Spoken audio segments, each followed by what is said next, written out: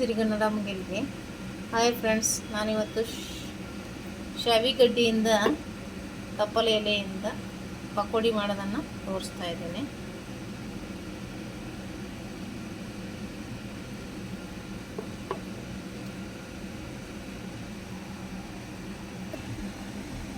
ನೋಡಿ, ನಾನು ಬಾಳೆ ಎಲೆ ಎಣ್ಣೆ ಹಾಕಿ ಕಾಯಕ್ಕೆ ಇಟ್ಕೊಂಡಿದ್ದೀನಿ. ಎಣ್ಣೆ ಕಾಯ್ತು, ಇವಾಗ ಪಕೋಡಿನ ಬಿಡ್ತಾ ಇದ್ದೀನಿ ಎಣ್ಣೆಗೆ.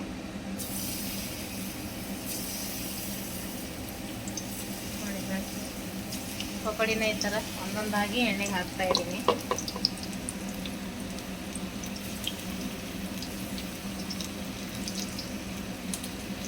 ಇದು ಶಾವಿಗಡ್ಡೆ ಇರುತ್ತಲ್ಲ, ಅದರ ಎಲೆಯಿಂದ ಮಾಡಿರೋದು. ಇದು ಕಿಡ್ನಿಗೆ ತುಂಬ ಒಳ್ಳೆಯದು. ಇದರಿಂದ ಹೊಟ್ಟೆಯಲ್ಲಿರುವಂಥ ಕಿಡ್ನಿಯಲ್ಲಿರುವಂತಹ ಹಳ್ಳ ಕರಗುತ್ತೆ. ಈ ತಪ್ಪಲು ಅಥವಾ ಇದು ಗಡ್ಡೆ ಊಟ ಮಾಡಿದರೆ ಇದಕ್ಕೆ ಶಾವಿಗಡ್ಡೆ ತಪ್ಪಲು ಎನ್ನುತ್ತಾರೆ.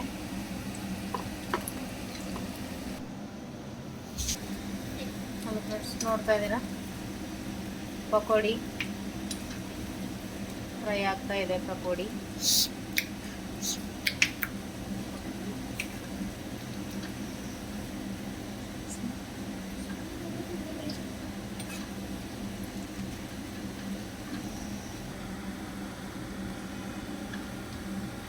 ಫ್ರೆಂಡ್ಸ್, ಪಕೋಡಿ ಫ್ರೈ ಆಗ್ತಾ ಇದೆ. ಶಾವಿ ತಪ್ಪಲಿನ ಪಕೋಡಿ. ಶಾವಿಗಡ್ಡೆಗೆ ದೊಡ್ಡದಾದಂಥ ಎಲೆಗಳು ಬರುತ್ತೆ. ನೋಡಿ ಫ್ರೆಂಡ್ಸ್, ಪಕೋಡಿ ಫ್ರೈ ಆಗ್ತಾ ಇದೆ. ಇವಾಗ ಆಯಿತು, ಇನ್ನೊಂದು ಸ್ವಲ್ಪ ಹೊತ್ತಲ್ಲಿ ಮುಗಿಯುತ್ತೆ ಶಾವಿಗಡ್ಡೆ ಎಲೆಯ ಪಕೋಡಿ.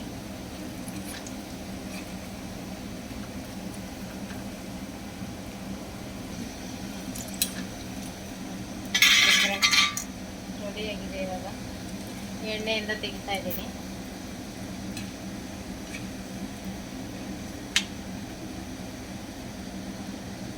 ಏನು ಬುರುಕು ಬರುತ್ತಲ್ಲ ಎಣ್ಣೆಯಲ್ಲಿ, ಗುಳ್ಳೆ ಇದು ಕಡಿಮೆ ಆಗಬೇಕು, ಆವಾಗ ಇದು ಫ್ರೈ ಆಗಿದೆ ಅಂತ ಅರ್ಥ.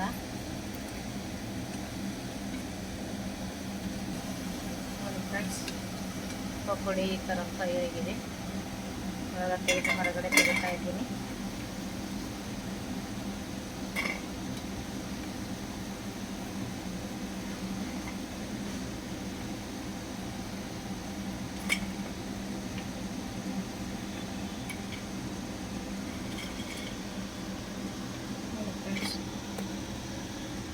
ಪಕೋಡಿ ರೆಡಿಯಾಗಿದೆ. ಇವಾಗ ಫ್ರೆಂಡ್ಸ್, ಶಾವಿಗಡ್ಡೆ ಪಕೋಡಿ ಸರ್ವ್ ಮಾಡ್ತಾ ಇದ್ದೀನಿ.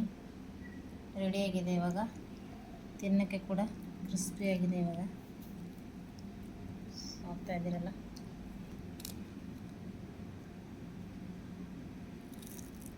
ನೋಡಿ ಫ್ರೆಂಡ್ಸ್,